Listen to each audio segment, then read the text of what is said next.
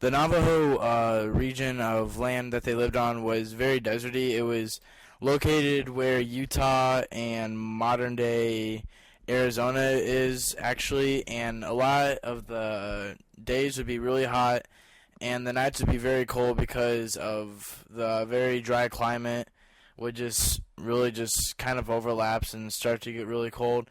The land was very dry also, so it was hard for them to find water, but when they did, they found ways to get through it.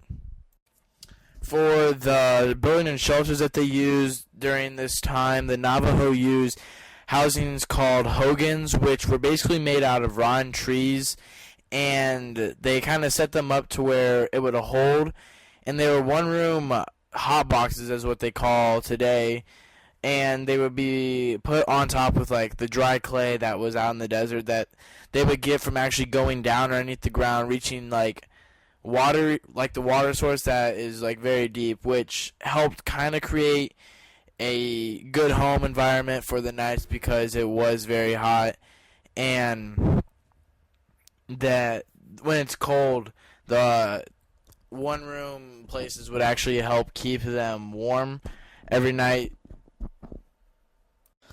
The Navajo actually ate a very high protein kind of food. They actually ate like deer and buffalo, which was very common back then whenever the land was full of them, which was also very good in protein. And also they were able to grow small amounts but very healthy vegetables. I believe that they had carrots and also other kind of dry food. They also used cactus as a way of being able to have more water source, kind of, because the cactus would actually soak up, and inside of it it's very moist, and the cactus doesn't actually change that really much into much else besides water.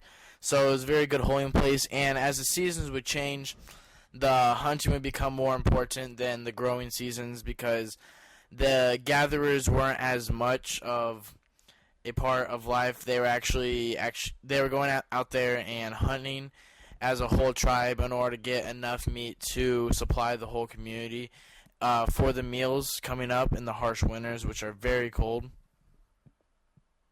A lot of what the Navajo men would wear during these days were actually shirts made out of buffalo skin or deer skin, and the woman would also wear skirts and a kind of tank top.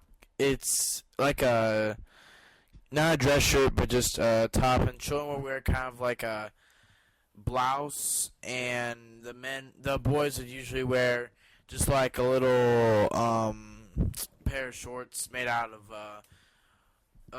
buffalo skin.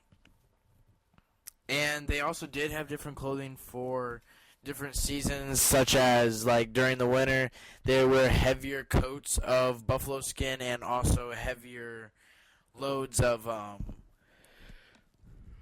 clothing, which would help keep them warm. And during the summer, it'd just be kind of light wear, where they wouldn't wear as much or as much stuff during the day, especially since it was really hot out in the very open. And for many special occasions, the men would usually wear beads over their like beads, like necklace beads, and to show like the power and their ranking in the Navajo society.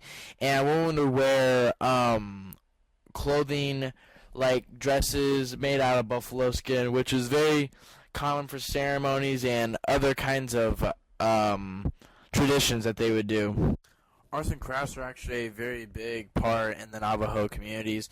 They built quilts and they did bead designs, which were very neat. The quilts were actually used for many things, such as keeping them warm during like long nights by the fire.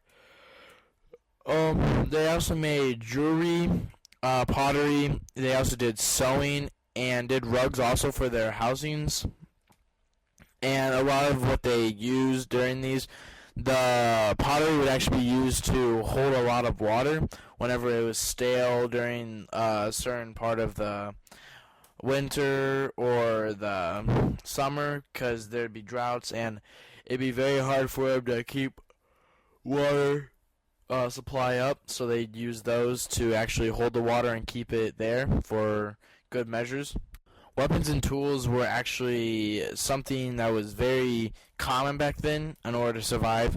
They actually had, for weapons, they had axes, cutting knives, blades, and also bow and arrows to hunt and to skin down the animals.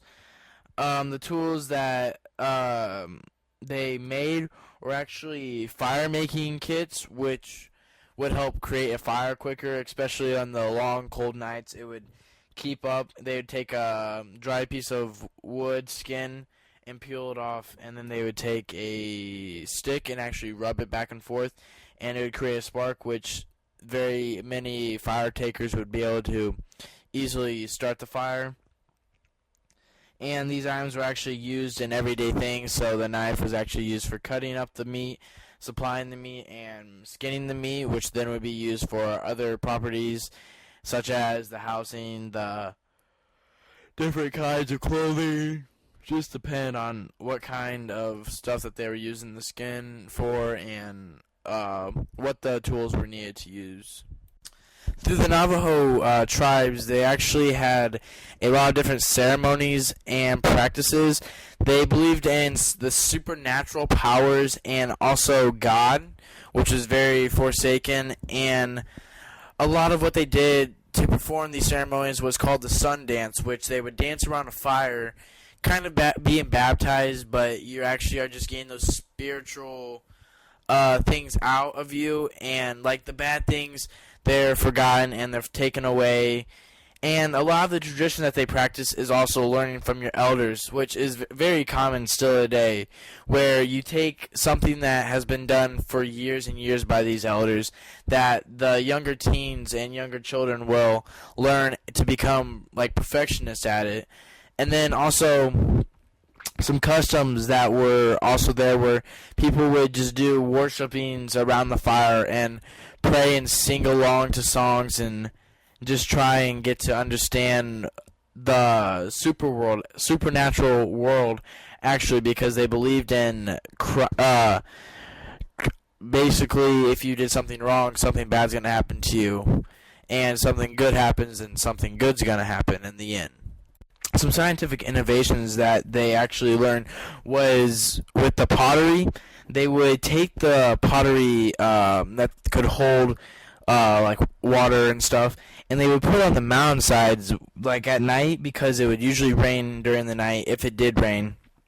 And they put on the edge of the mountains, like where you would, like, where it would drip off. So say it's like your gutter's overflowing, it would drip off the side.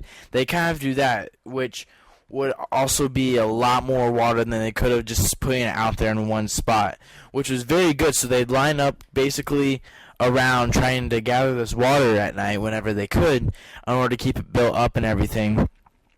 And a lot of what I believe that they really mentally knew before any of us was that there was a spiritual world out there before any of us would ever know, and they really believed in everything that they did together, and every day they basically just worship that stuff.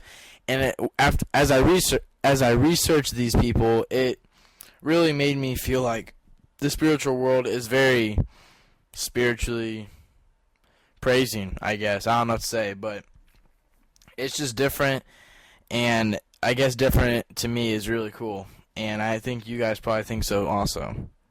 In everyday life, the men would actually be the gatherers and hunters, which were very strong and powerful people. Basically, the men were overruling the women, but the women would actually take care of the kids and create medicine with herbs and other kinds of things that they would find around this dry desert. And the children would actually not really have much time to play. They'd actually be more likely getting ready for adulthood as soon as they could, and they would learn basically the basics.